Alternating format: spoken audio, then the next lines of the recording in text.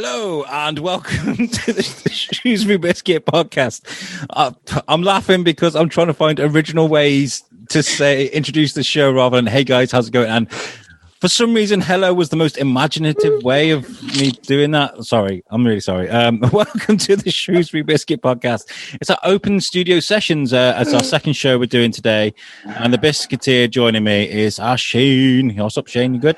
Yeah, I'm all good. It's a bit of a sad day today for me because I was supposed to have my kids this weekend. It's supposed to be my son's birthday on the 24th, but their mum's partner has got COVID, so they're isolating. So I can't see them this weekend, which just kind of sucks a little bit. But it's all right. He's got his pile of presents sat in the corner, and I'm probably going to have them next weekend because I think that's when they come out of isolation. So, I'm really sorry. COVID's got a lot to answer for, mate.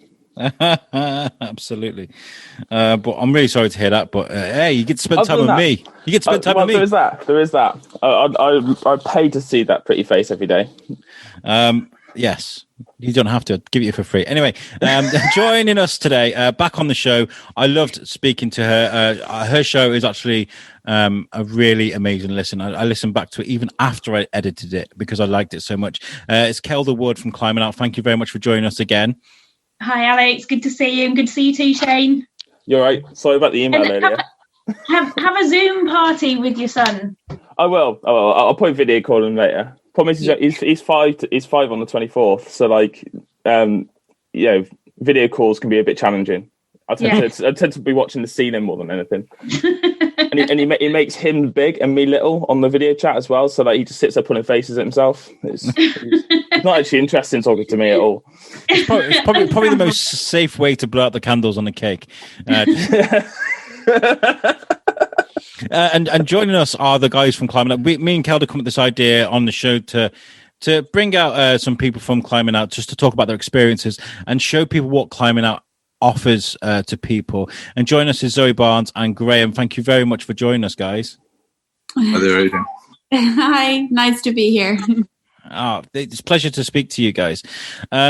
Who was out of you guys, who's the first person to sort of take advantage of Climbing Out? Or I don't know who's the best person to ask this, Kelda or the person? I'm going to jump in as I always do. So you might have to mute me sometimes, Alex, so I don't kind of hijack the whole blooming conversation. But Graeme and Zoe actually came on the same programme, which was the one programme we managed to run this year despite COVID. So it was all COVID adapted and was a bit of a challenge just making it happen in the first place. But yeah, it was great. So they're probably, they are two of our most recent participants, but I think you guys will agree it was a fairly amazing programme, and despite COVID, it still worked. So over to you two, because I think it's always better coming straight from the horse's mouth. Yeah, it was fantastic. I think there was a level of apprehension because you sort of think, with COVID, how's all this gonna work? But actually, Kelda was super reassuring before we went on the course, and then the course itself was just fantastic. It's really nice to see Graeme again as well, because we were on the same course and you become friends with everyone on the course. So yeah, not a bad word to say, really. It was just fantastic. You can't really say a bad word when I'm sat here listening, can you, Zoe? Even if you weren't here, I would say the same. It's a little bit like when people ask me, what's it like being a biscuiteer for the Shrewsbury Biscuit? And Al sat there listening, I'm going, it's amazing. Al's gracious at all times. Al's just the most calm, relaxed guy to work with. He's absolutely great. Yeah. So, are you joking? I hope you're joking. People at the Biscuit, they're aware that I'm very passionate about things. What about you, Graeme? What was your introduction to Climbing Out like? My introduction was through a colleague who'd recommended it. I was diagnosed with severe complex PTSD just round about the start of kind of COVID. Had a few other kind of things go wrong, and started speaking to Kelda, and was literally and honestly, not being dramatic, never thought I would be happy again. Couldn't imagine smiling. I knew people who'd been through similar experiences, and when they told me that they'd been planning or thinking about suicide, I could completely understand why, just to escape the pain and everything else. So a real kind of point of hopelessness. So to then find someone who was inspiring, because Kelda's story on her own is incredible. And, you can speak to counsellors who might refer to page 74 or 273 of the best bit of advice, but to actually speak to someone who's been through their own hardships and not just coped, but actually thrived and achieved incredible things, is amazing. So to find someone that inspiring, was a kind of winner for me. Going down onto the course, I think especially at a point where, I think many people, whatever they suffer, whether it's a kind of physical injury, mental injury, they compare themselves to the rest of society. They compare themselves to how they were before, and they feel broken, and they feel they can't go out, can't leave the house, etc. So to actually go on a course where everyone talks about their issues, there's no kind of shame, there's no stigma. It's an incredible an environment, and I think it's I know there's a lot of work on the media to raise awareness of e.g. mental health and other conditions, and I think Kelda's program is a little kind of beacon for how it could be, and basically to be on a program like that, surrounded by people, not have to worry about, if you have a physical twitch, or if you kind of burst into tears, or you need some time, or anything like that. Basically, just to be accepted. So A, to feel accepted, and B, to have fun. So I went on that, and I got all that and so much more. And basically, kind of went from having no hope to suddenly being excited and starting projects and everything. So I'll kind of cut off there, because it could go on for ages. But yeah, it's just a fantastic program. Wow. I think it's nice that you can talk about that for ages, though. Yeah, it shows that it's had a real good impact on you, and the fact that you're talking about PTSD, suicide, and depression, all these things that have been affecting you. The fact that you were able to go out there and actually have fun. Anybody that's suffered from depression will realise that that's a big win. That's a huge win. To be fair, Al knows this anyway. I'm sure it's the same for Al. But when it comes to things like mental health and stuff like that, it's quite close to our hearts. Like in for many reasons, especially for me and Al. And certainly from, I'm a tradesman, and I work with tradesmen and stuff like that. Mental health in the sort of man's world, in that kind of trade environment, it's difficult, isn't it? It's like a different world altogether.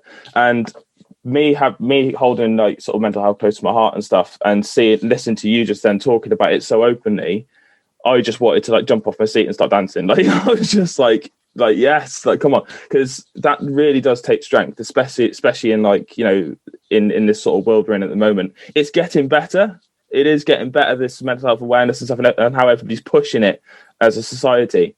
So that's amazing how it's changed even in my lifetime. But so I'm in awe. I really am. I'm in awe. So fair play to you, Graeme. Well done. Well, thank you, and that's kind of down to Kelda and you guys, because I think you know yourselves. It's having the kind of confidence, or feeling the kind of safety to talk about it. And it shouldn't be a taboo, should it? That's the bottom line of it. It shouldn't be a taboo, and that's what gets my back up a little bit. Is that why even is it a problem? Why is it a struggle for people like to talk about? I mean, because it's just this sort of I don't know how to word it really. It's kind of like society has created this environment where it's not allowed. Do you know what I mean? Like, yeah, I think it's changing. It's starting to change, which is amazing. Definitely, I think there's a stigma about it, although that's getting better. Exactly. What I noticed as well is that so I've got the issues that I kind of mentioned there. I've also got Crohn's disease. So Crohn's disease are kind of it's like IBS or inflammatory bowel disease. That's not a sexy problem to have. It's a toilet problem. So people don't like to speak about it. And what I noticed with kind of any condition is that the more you talk about it, or the more you find you have to explain to someone what you have, it's almost like hearing those words confirming that you're damaged or that you're. So even that, you kind of want to be normal and you want to keep going. So yeah, I mean, basically it's kind of great to talk about it. And I think, the important thing I found for all this is being able to ask for help, because I think a lot of people think that asking for help is giving up. And I read somewhere that actually, asking for help shows that you're not quitting, because you're trying to figure something out. So, and that's where, Kelda helped me. And I think Kelda was wanting to, say something there. I can see it twitching. Sorry, I always want to say something. It's just really interesting listening to you talk, Graeme, as well, because I'm so in agreement about the whole thing about mental health not being a subject. But I think where we have to be really careful is that we then don't put the complete focus onto mental health, because then it can become such an identity that all people talk about is mental health, and so I think with climbing out, the key for me, Graeme, in what you said was that acceptance, that it's not that there's any stigma. So we can talk about it. That we create a real value and ethos with climbing out, that it's non-judgmental, because everyone's been on a journey, and that's why we're all there, but it's equally not about we're going to sit and talk about what's happened all week, because that doesn't help anyone. It does at the right time. But there comes a time when it's about moving forwards, and climbing out is about moving forwards. So for me, climbing out is about accepting what's happened, recognizing that it's been tough and it's part of you, but then how are we going to make the best of it? And how do we move forwards from it? So it's not that it's a taboo subject at all, but equally we try and encourage people not to get stuck in talking about it, because actually we want to find solutions. We want to focus on solutions, not on the problems. Equally, if people want to talk about it, that's cool. Like I say, it's not that it's not to be talked about at all, not in the slightest, but we don't want people to get stuck in that. It is about moving forwards. And I'm kind of looking back at Zoe and Graeme on that, because did that work?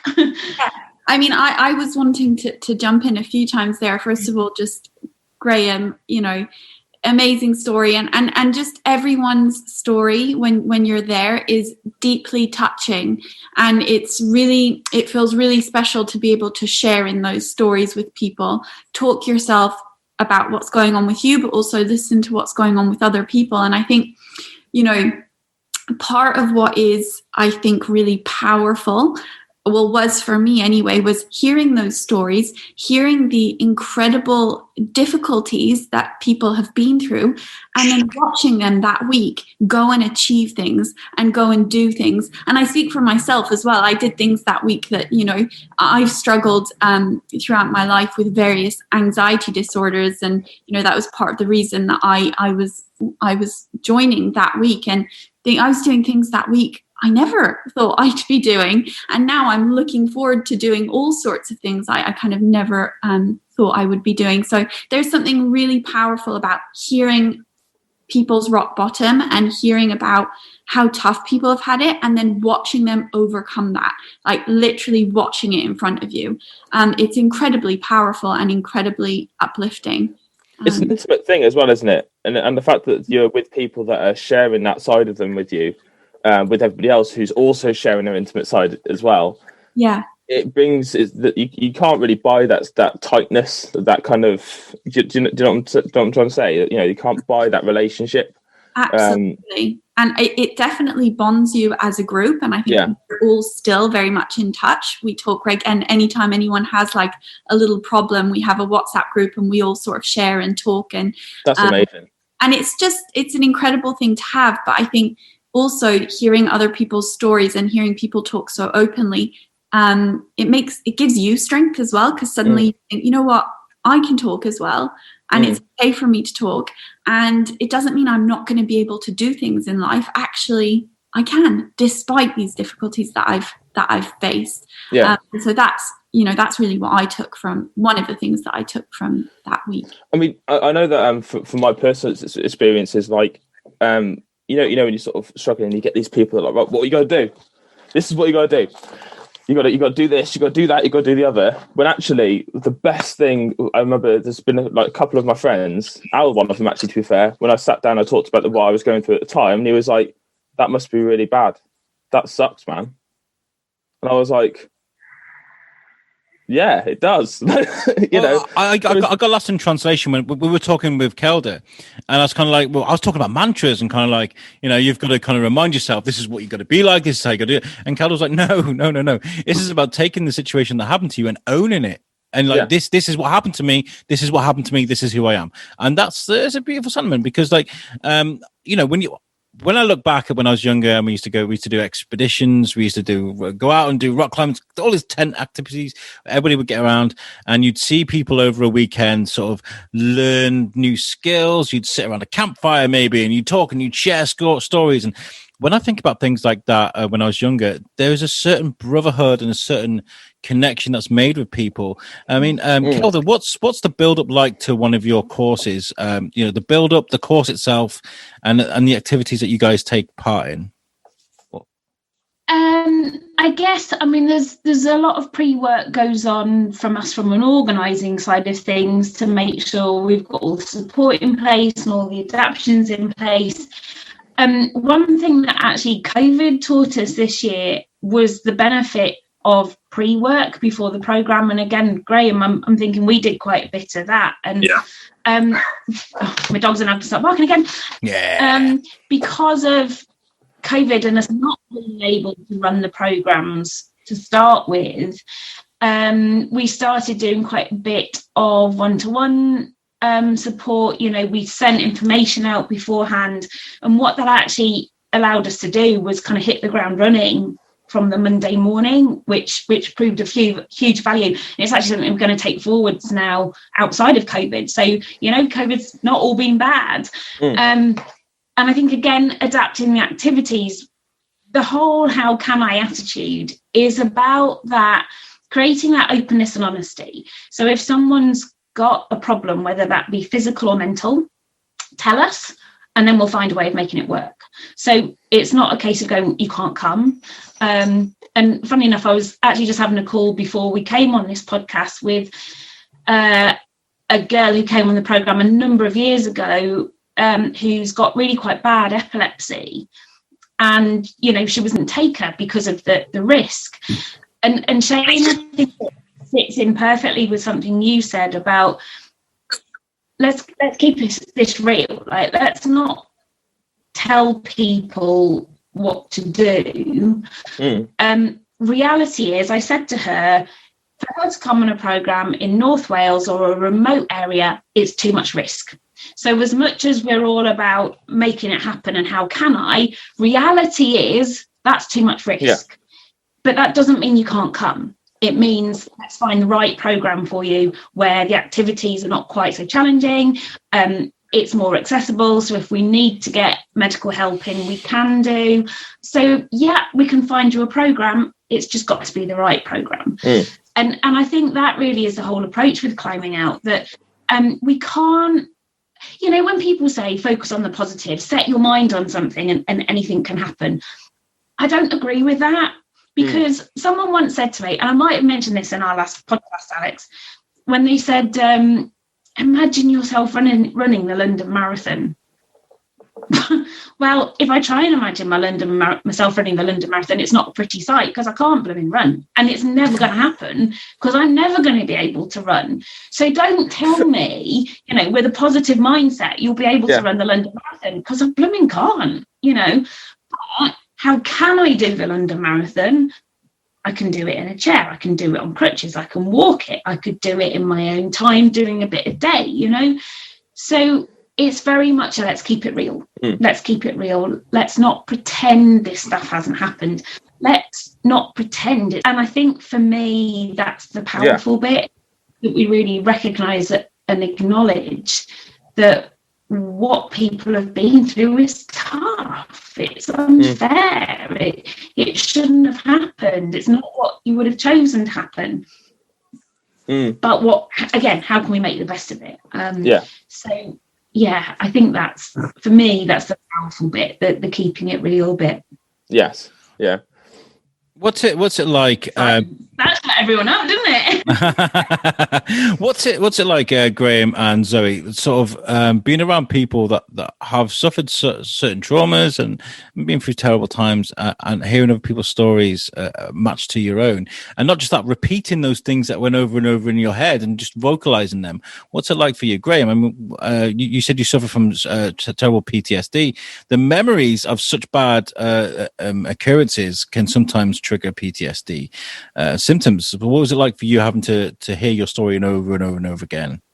Well, that's the thing, actually, and that's something that I was going to clarify, because I suppose I'm trying to think from a listener's perspective of what impression I might give of the course. It certainly isn't like one of those, or what you imagine one of those kind of Alcoholics Anonymous meetings are, where people come up and tell their story and have to do that big, nervous icebreaker kind of thing. There was actually kind of quite little focus on people's issues. It was kind of accepted that everyone has an issue for logistics or practical reasons. They would have spoken to Kelda to make sure that, well, like the example of the girl with epilepsy, that everything was kind of covered safety wise. But really, it was just about the course and moving forward and having fun and teamwork. And it was more of an organic program, because then people would tell you their stories when they're ready. So it wasn't kind of artificial or forced. And that was much better, because if you're in the mood for just forgetting that you have issues and you just want to actually focus on the moment, you could. If you wanted to kind of share, or something was affecting you, you could. I had, so at that point, I was still getting kind of permanent flashbacks. So all the time I could see things kind of in the background, wherever I was. And some triggers were kind of harder or more severe than others, and people could see that I was affected, but they would either kind of leave me or just say, "Are you okay?" And that was awesome. So it was it's more about moving forward, having fun and finding the inspiration, and with some kind of expert coaching on how to deal with your things or how to reframe them, and get what you want out of it. So I'm kind of waffling a bit there, but no, it's fine. So it's a podcast. You're allowed. Yeah, podcast's all about talking. Crack on. Did that answer the question? I forgot what the question was. Is it a case of when it comes to like, okay, so I remember when I was younger, I was scared of water I couldn't see the bottom of. So lakes, rivers, things like that. Okay, I'd swim in the swimming pool, but if I couldn't see the bottom of it, I couldn't swim. So we used to do rafting and stuff. We used to do kayaking, and I would never get out the boat. I would always be scared until the first time I did it. Right, the first time I ran across, they used to link up all the kayaks, and you'd run across the front and jump into the water. The first time I ever did that, I was kind of like, that's how you do that. Okay, that's how you get over that. Zoe, is it similar? Is that what this is like? Is it, you push yourself, you put yourself through these new challenges, and it teaches you how to deal with these issues in your life? Absolutely. I mean, so I touched on the fact that I deal with a lot of anxiety. I have done since I was 8, and that typically stops me from doing things that actually I kind of know I'd really like to try, but the anxiety stops me. And on that week away, you're just repeatedly given these really safe opportunities in a fun, happy, relaxed way to just give something a go. And actually one day we went out on a river canoeing, and we had to choose. So we were going to be in pairs in a boat, and most boats had like a girl in the front and a guy in the back, because the person in the back typically does a lot of the navigation and maybe is a bit stronger. I'm not sure. I don't actually know exactly how it all works. Kelda's face. I'm jumping in there. That was nothing to do with male, because women are just as strong as men. Let's not even go down there, Zoe. And you know what? This is just my anxiety speaking now. This is me telling myself, I was thinking, why am I the only girl in the back? And I think it was just how things worked out, but I freaked myself out. It was just an example of a time that I freaked myself out, and I thought, oh gosh, this isn't going to go well. All the thoughts started happening. I thought, like, I don't like driving. I don't like doing any kind of thing where I have to maneuver anything. And I had someone in the front of the boat, and all I could think about was like, I just want to keep them safe. I just want to make sure they're okay. And I was, quite honestly, I was freaking out as we were pushing the boats onto the water. I was really nervous. And actually, there were a few times those nerves spiked. But actually, the more the day went on, the more I relaxed, and the more I thought, oh my God, I can do this. Like, I can be scared, I can be worried, I can be scared, and I can do it anyway. And to this day, I often think back to that canoe day, and I think I was really scared, but I did it anyway. So there's been a few times where I've been like, oh, I'm not sure about this. I think back to that, and I just give it a go. So it's definitely a case of sort of just being given that chance to push past your worries and your fears, getting through it, and then having that point of reference that you have from that week and going, it's fine, I can do these things. Amazing. Yeah, can I add in there as well? Actually, it's a really well designed course, because Kelda has all the kind of theories of all the tactics and techniques for if you're nervous or if you're scared, like recognize those scares, change that mindset, try it, push yourself through it. So she kind of equips you with all those things, and then after each kind of section of those, like an inspirational talk or a motivational talk, you're then going and putting it into action. So it's not just like you're sitting at home reading a book on how to do things. You're actually taking a chunk and then applying it and putting it into kind of real life. I think also actually, kind of brief bit of feedback for you, Kelda, regarding the pre-work. Through COVID, Kelda started giving out some of these tactics before you go down on the course. And I actually found that the techniques that she told me helped me physically get to the course, because there were so many times that I nearly chickened out or kind of gave up and thought, I can't go down, it'll be too bad, or it'll be too much, or this could happen, etc. So it's a really well designed course that's inspiring you, kind of does things in chunks, breaks things down, and then helps you put those kind of theories into action and build up that evidence that you can do things, you can work through them, and you can achieve them. A lot of it's down to environment as well, isn't it? Because I mean, with my struggles sort of thing, when I went through my counselling and stuff like that, I found that we spoke a lot about environment, about how you live in the people you're surrounded with, and that kind of stuff. And it wasn't till I actually got with my now current partner, my girlfriend, I realised that actually how much of an impact your environment can have on you and your mental health and your well-being and your even down to your physical health as well. I didn't have no idea. I didn't think that was even that much of a factor. And it wasn't until I got with her and I started having the same kind of problems I've had all my life with other people, with my family, that kind of stuff. And she was just been like, that's okay. That's fine. Don't worry about it. Go and have 5 minutes, go and take as long as you need and come back. And, when I was going through some of my harder stages, I could just come home sometimes and I would be in tears and I'd be silent.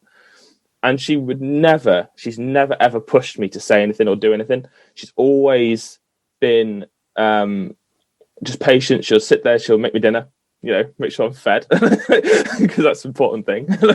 And, make sure I've got a brew, and she'll just sit there. And then when I'm ready, I'll start talking. And I think that's important. And I think, well, what I'm hearing from you guys and with Kelda and the course and stuff is that's what this course provides, is that safe space, that environment, that safe environment for anybody and everybody to just open up and talk. Yeah. Mm-hmm. And, I think a massive thing, and hearing Zoe and Graeme, you talk in there as well, a big thing, our whole ethos with climbing out is ownership. So it's putting ownership on to the guys coming. We always say it's challenge through choice. So we'll facilitate the challenges, we'll run the activities, but people have a choice. They don't have to do it. We're not going to force anyone to do anything. The massive win in that is that people are then choosing to do it. So Zoe, you talk about the canoeing. You could have chosen to say, no, I'm too anxious. I'm not going to do it, you know. Or we could have gone, right, we'll help you do it, Zoe, and we'll do this and we'll do that and we'll do the other.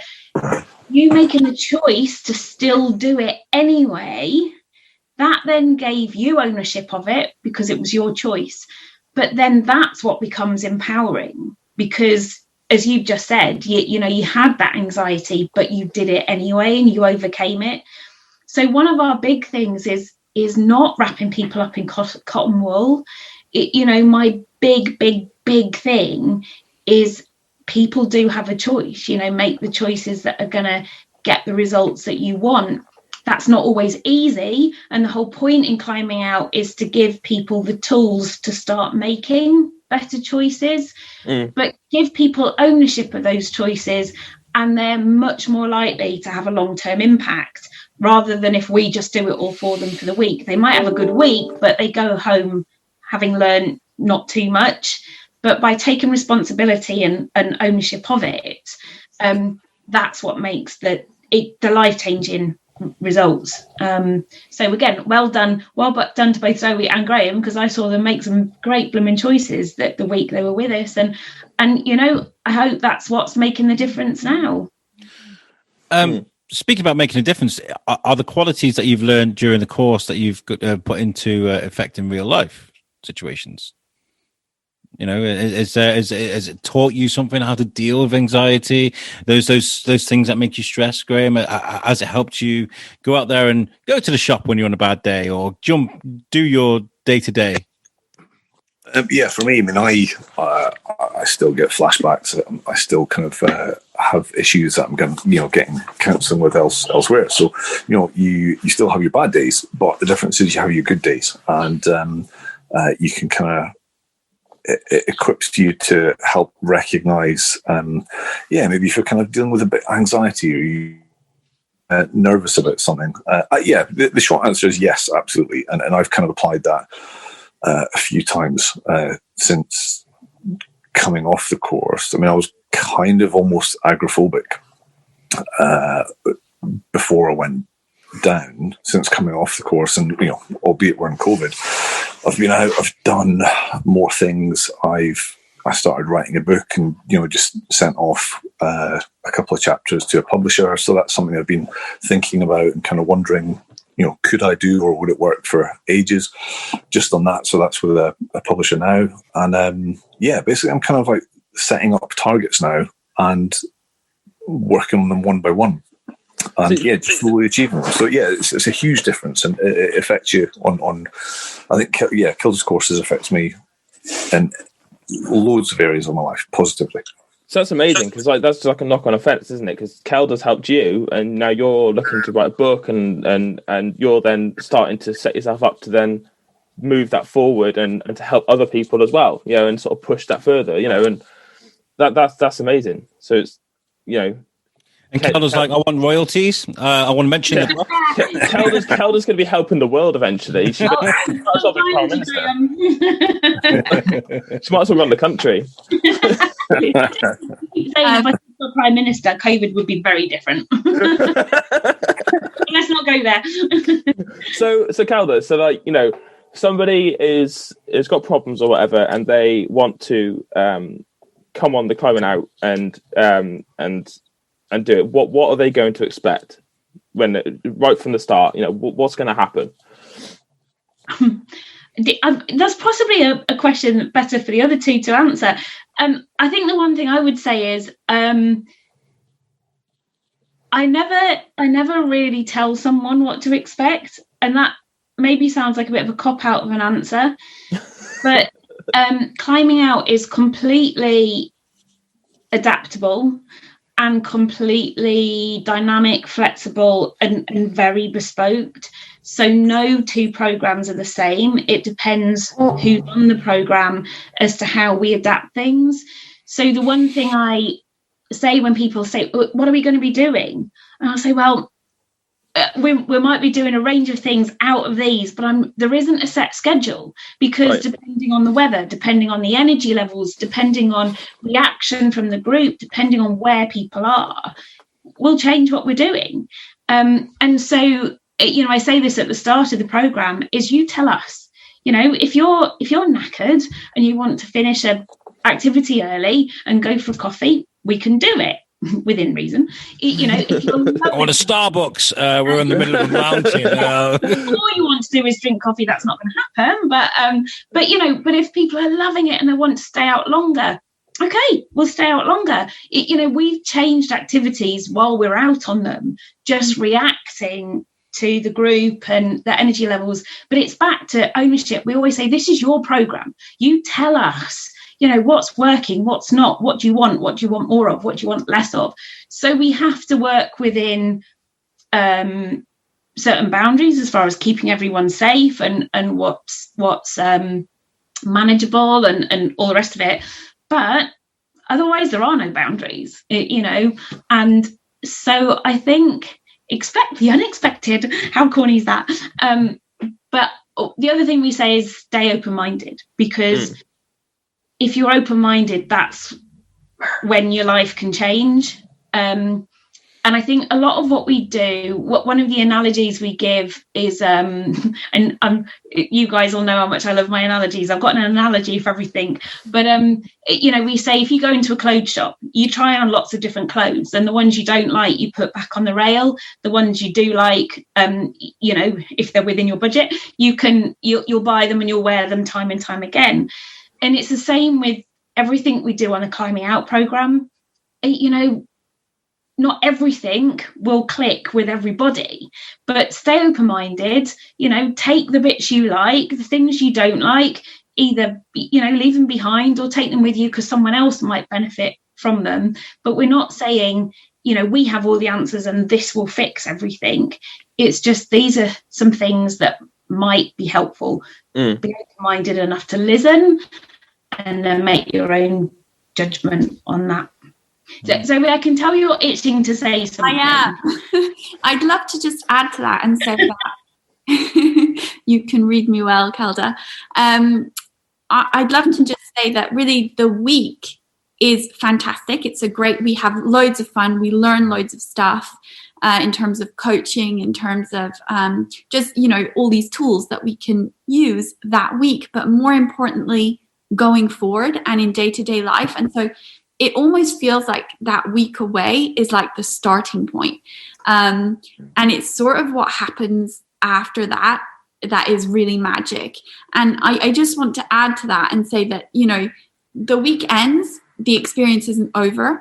In my case, I have remained in touch. I already said remained in touch with other people from the course, but also Kelda, you can really feel, you just continue to feel so supported by the other members of the course and Kelda herself. I mean, in an example for me, I hadn't felt ready to apply for, I guess you would call it a promotion within my job for a long time. And then since doing the course, I did. I felt like actually in a much better place mentally. So I applied and I let Kelda know. And Kelda actually asked me, would I like it, or would it be helpful to me to have a call the morning of my interview? And I said yes, and it was helpful. And that's just an example. It doesn't end at the end of that week. Kelda stays with you. Kelda keeps supporting you. So do the other people in the group. And so do all the things that you learned that week.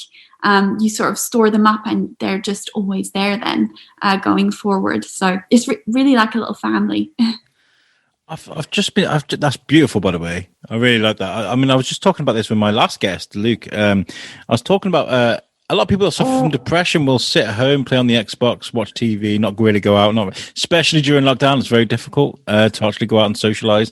But to have a collection of people that like the same thing and enjoy the same thing, a part of the same thing, whether it's a fan base, whether it's something like Climbing Out, whether it's a band that you like. And I like the American Office. I see exactly. So there's loads of meme groups I can join and we can all talk about the Office. It's nice to be a part of something, isn't it? Yeah. Oh, totally. It's a real sense of community. I live in London, so you don't always get such a strong sense of community in London. But going on Climbing Out, absolutely, you develop that community that week of people who just get you, and it doesn't end there. It just continues. As we've been talking, I've written down 2 words and I've been circling them as we've been talking. And the first one's hope. I think hope is massive. And what I see through Climbing Out is people starting to get hope back of a way forwards. And if I was talking to one previous participant earlier this week, and she has a feeding tube fitted. She's had a really tough time with her medical conditions, and because of the feeding tube, everyone generally says no to her doing things. We've got a Sweden wilderness canoeing expedition later this year, which both Zoe and Graeme are coming on as well. And we've offered her a place on this expedition. So we're talking to the guy who's running the expedition out in Sweden, and we're working out ways of how we can make it work with a feeding tube and making sure we've got the right sort of support in place.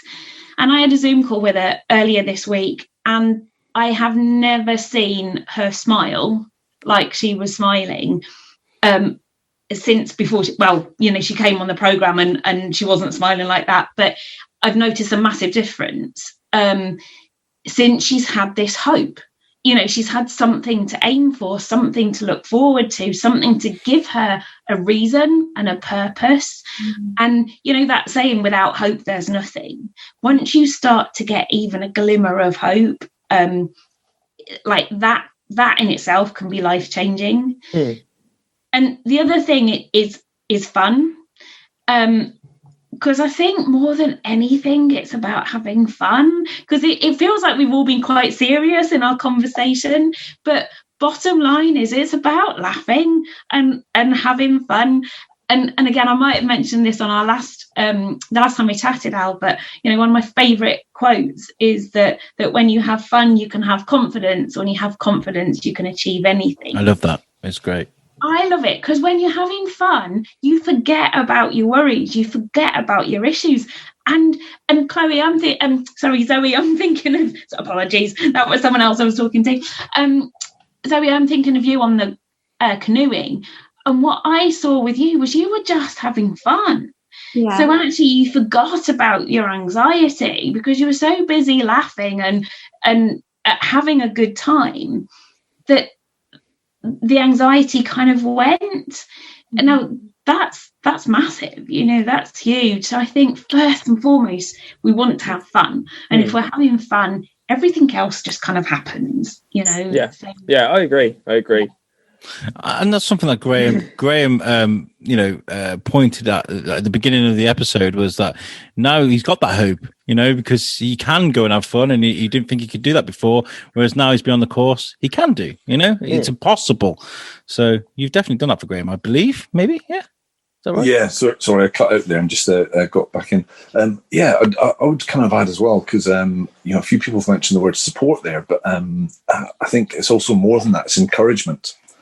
Because it's, Kelda's not a crutch to prop you up. You might say to other people, I'm thinking about doing this, or I'd really like to try that. And quite often you get a whole lot of reasons for why you shouldn't, why, it's kind of not safe, or it's risky, or it's not a good idea. Whereas Kelda will actually talk to you about it and encourage you to do it and say, yeah, well, how can you do it? I couldn't praise it highly enough. And I was just going to add as well, I think for a lot of people, including myself coming on this course, life can just, day-to-day life can get to a point where it just feels really, really heavy and dark.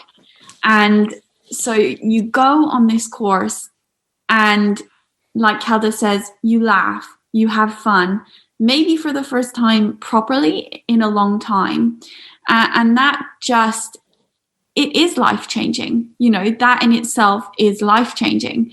I remember actually having a conversation with one of the girls that week, and she said, and it's really stuck with me, she said, when a heart breaks, it leaves space for light to come in.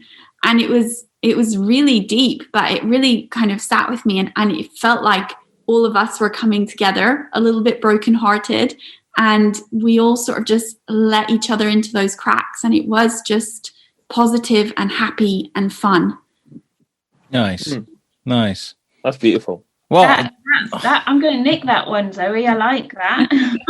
I have loved this episode because we've done this from two angles. Because obviously, me and Kelda giving the introduction to climbing out and what it could be, and but this is me speaking to you guys who've done that. You've been there, you've done it, and you experienced it, and you're now thriving. Well, as best as you can, you've improved because of it.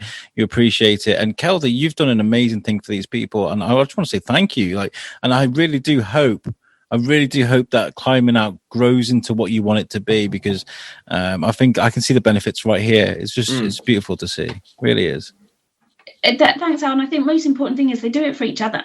All we do is actually create the environment that we can bring people together, and then they do it for each other. So, in some respects, we don't do much. It's just about actually creating the environment and the place for it to happen. The rest is down to them. And they all, when I say they all, everyone takes ownership for that. So when people do achieve stuff, and like for Zoe, Graeme, moving forwards now, that's down to them, because they still had a choice when they left the programme. They could choose to use the tools we'd given them, or they could choose to just ditch them. And fair play to both of you for using them and moving forward. So it's actually down to every single person that comes on the programme. We just create the place for it to happen. Amazing. Kelda, would you like to tell people where they can get in touch with you if they want to get in? I mean, obviously the world's closed at the moment, but obviously it's good to get that sort of icebreaker in, sort of get to know. We have got an amazing 2021 lined up. So someone said the other day to me, let's make 2021 unforgettable. And I love that, because that just gave me goosebumps, and that's what we're going to do. So, we would love to hear from anyone who'd like to find out more about the programmes and the other kind of support that we can offer too. So the website is climbingout.org.uk, or you can drop me an email at keldawood at climbingout.org.uk. I'd love to hear from anyone, and we can just chat and tell you more. And on the same note, to be fair, we're here to help you as well. I mean, if there's anything that we can do to help at all, even if it's pushing any events. I want to come on a course. I want to call. Come and do a podcast every day from the course, Alex. There you go. I would love that. Yes, let's do it. Let's do it. We'll chat afterwards. Yes, I would love to. But no, genuinely though, if there's anything we can do to help, if it's pushing something for you or anything like that, then just get in touch. We'll help. Funny enough, I've been writing a few notes as we've been talking about things along that line anyway, so don't worry, we'll be in touch. My microphone is yours, Mom. It's okay. Put you guys on the spot, Zoe and Graeme. If you could offer a testimonial now, very short sentence about going out, just to let the listeners know. If you could sum it up in a sentence or a paragraph, what would you say? I mean, Zoe, what would you say to the listeners? I would say if you're sitting at home and you're having a tough time, give Kelda a call, give the organisation a call, have a chat. It's worth it. It's life-changing. So just do it. Graeme, have you got anything? For me, I'll say kind of take that risk and don't be scared. And I think for anyone, and this happened to me as well, anyone thinking about going on a course like that, the first thing that normally happens is all the reasons why you shouldn't, all the things that could go wrong, or all the reasons why actually it's too risky, or kind of something will go wrong, etc. But I remember speaking to Kelda beforehand and her saying, we've actually covered, she said something along the lines of, we've covered just about every eventuality, whether it's someone who's got a disability, whether it's someone who's got a certain condition or anything like that. She makes things happen. So take a risk, don't listen to your fears, speak to Kelda, and then just jump on that adventure. Amazing. Wow. Amazing.